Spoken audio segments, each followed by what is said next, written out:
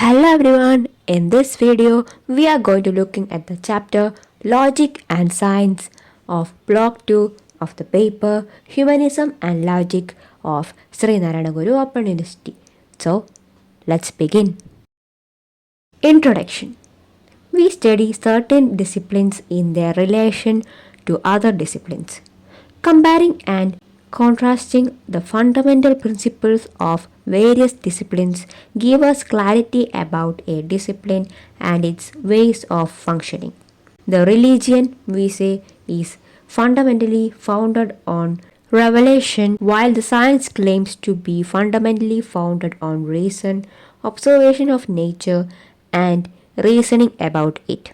In a different sense, we can say, as we have shown in the previous units, that both science and logic are founded on reason or reasoning, but different types of reasoning. That is, logic is founded on deduction or deductive reasoning, while the science is founded on induction or inductive reasoning. However, both are not detached from each other. If they are not detached, what type of relation science maintains with logic? The science starts with particular observations of phenomena. It is true that logic has no relation with natural phenomena nor is interested in their observations. However, the aim of science is theorization or demonstration.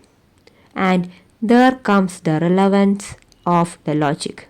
In other words, starting with observation, science makes theories which describe how the phenomena happen so and so.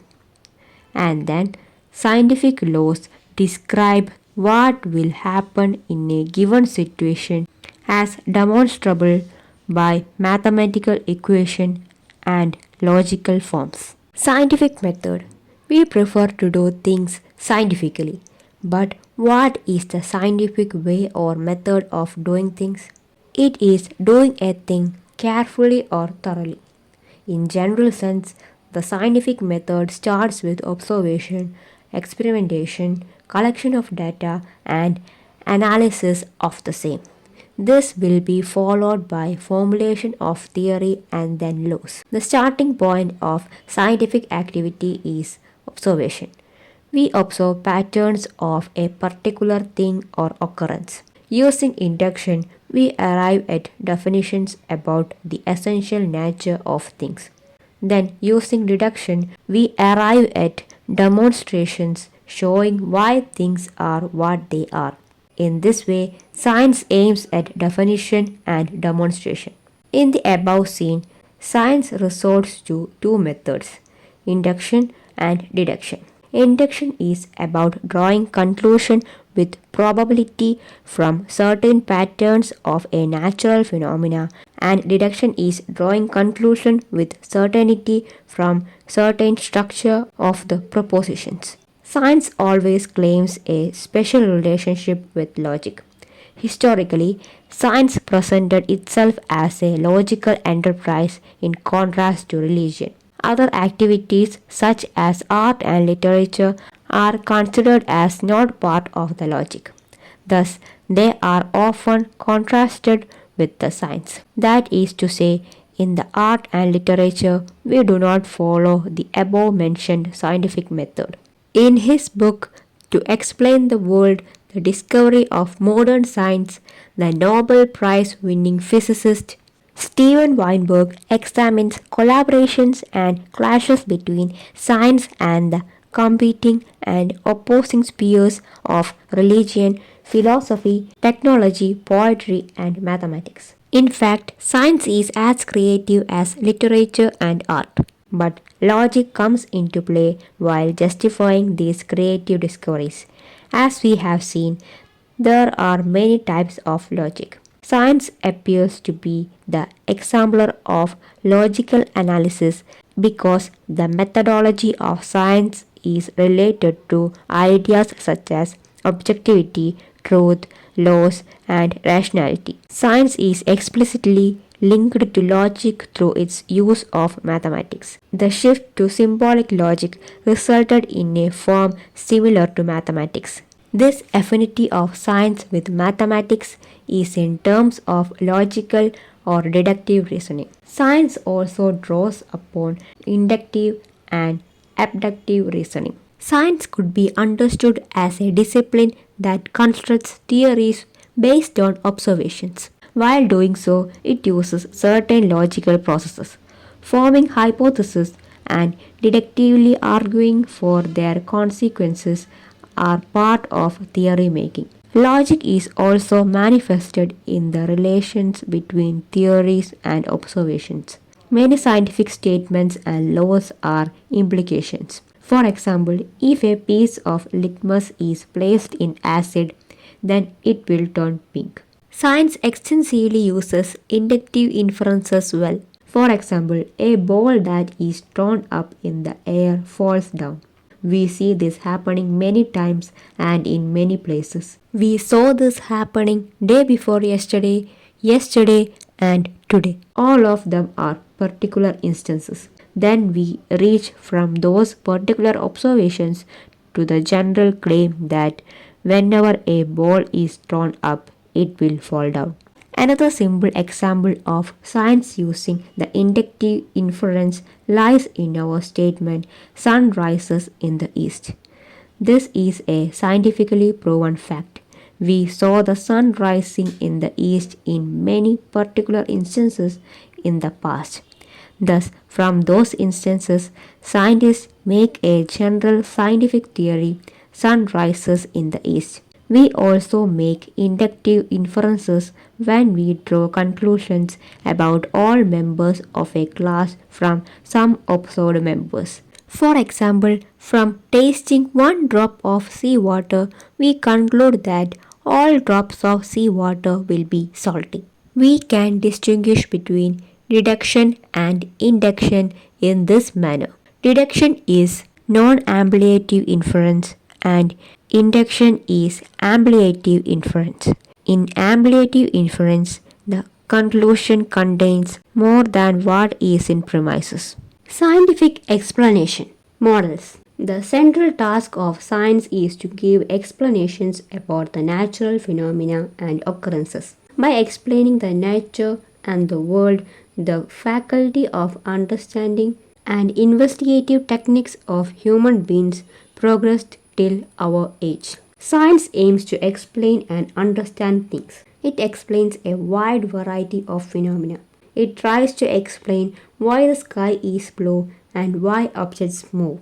It explains the origin of species and why some molecules react in particular ways. It explains the structure of the nucleus of the atom and also the symmetries of the universe. Giving rational explanations for science always meant ruling out the magics and mysteries human beings attributed to the universe and the natural phenomena. According to the science, there is nothing magical, mysterious, and supernatural in the universe. Rather, everything is understandable and explainable. The German sociologist Max Weber famously personalizes the term disenchantment, which means de-magic action.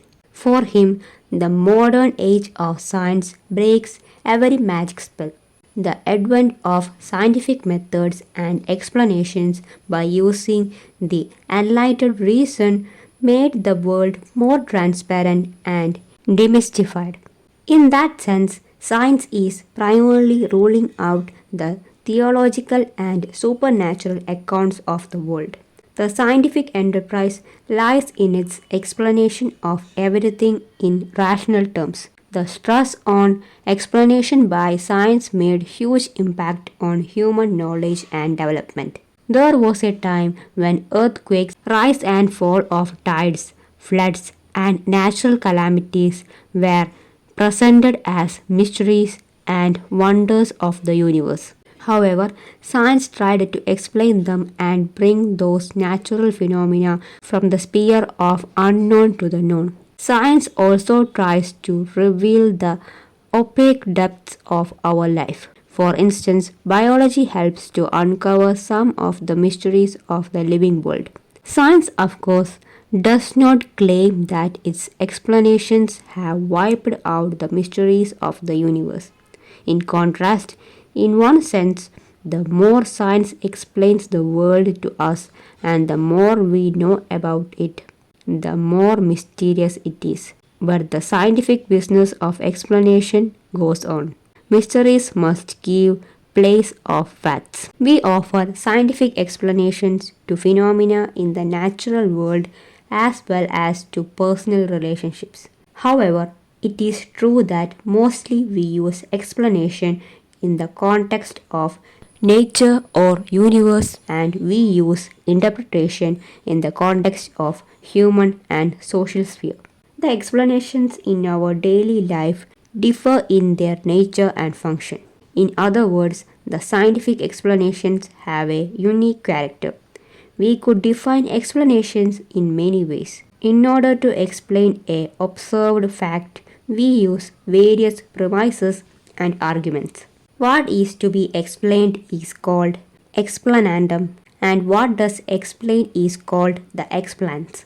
In scientific explanations, the relation between these two are unique. In the deductive monological model, the presence of laws plays a critical role in scientific explanation. The following are the different models of explanation in scientific enterprise. First one, reason model.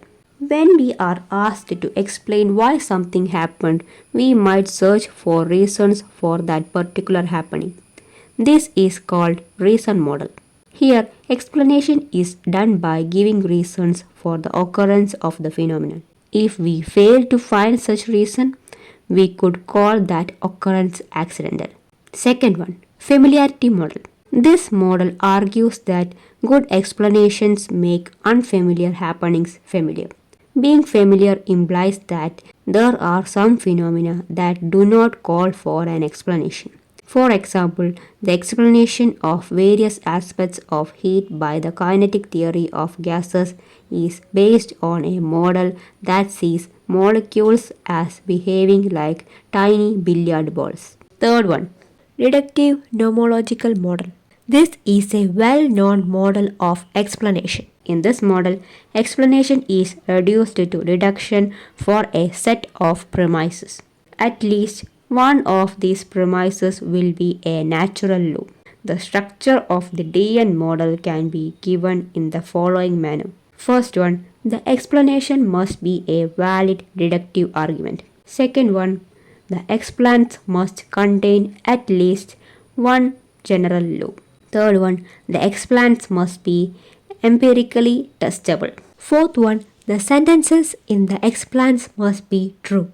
Hampel is the champion of this model. DN model has also been called the covering law model. Fourth one, causal model of explanation. In this model, to explain a phenomenon is equated with giving information about its causal history. Unlike the DN model, there is no necessity to posit a law. Science as a creative enterprise. As we already said, the science is mostly considered as a logical or mathematical enterprise, and thus it is often put on the other side of the creative and imaginative enterprises such as art and literature. However, science cannot be reduced to logic. That is to say, science is not purely logical in full detachment from the creative and imaginative aspects of the human minds. While talking about the creative and imaginative aspects of the science, we need to see the role of aesthetics, the importance of beauty and taste in science. Aesthetics play a major role in science. Most often, aesthetic considerations influence scientists' reasoning and accepting certain theories. The aesthetic considerations come into play in the context of discovery and justification of scientific theories. There are even scientists who say that aesthetic tastes and values not only influence their scientific activities such as choosing, testing, and justifying certain theories, but also the aesthetic taste and values guide their activities, that their sense of beauty motivates to study the natural phenomena. In short, there is a direct and indirect link between beauty and truth. Usually, we consider two of them existing in extreme two sides. Some writers have pointed out that Darwin's theory of evolution had profound aesthetic influences. Heisenberg believed that physics is like art. He argued that different conceptual systems in physics, namely Newtonian, thermodynamics, relativity, and quantum theory, are actually like different styles of art. In other words, there are scientists who consider the scientific theories, models, equations, axioms, and mathematical prose as pieces of art. The discussion about the creative and aesthetic nature of the science can be strengthened with the theory ladenness of observations. This theory is strongly associated with the late 1950s and early 1960s work of scientists such as Norwood Russell Hanson and Paul Feyerabend.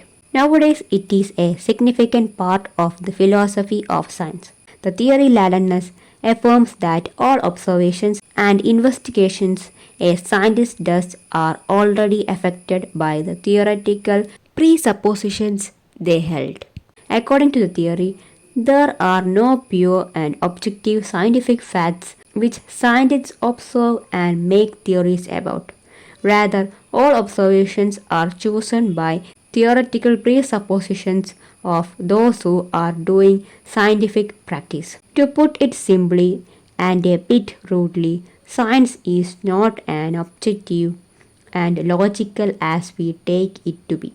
The foundation of science lies in observation of the natural phenomena and analysis of the same. However, there is no observation standing alone. The scientist interprets and explains any observation in accordance with his or her prior understanding of other theories and concepts. X prior understanding of certain theories varies from Y's understanding of the same given the different backgrounds. Thus, there is a subjective element of the human beings in the very fundamental step of science. In sum, as we said about aesthetics of science, theoretical presuppositions of the scientist play a crucial role in what is to be observed and how to. And the theoretical presuppositions vary scientist to scientist in accordance with the living background. All this says about the creative aspects of science. These are all about this chapter. I hope you understand this video and thank you for watching.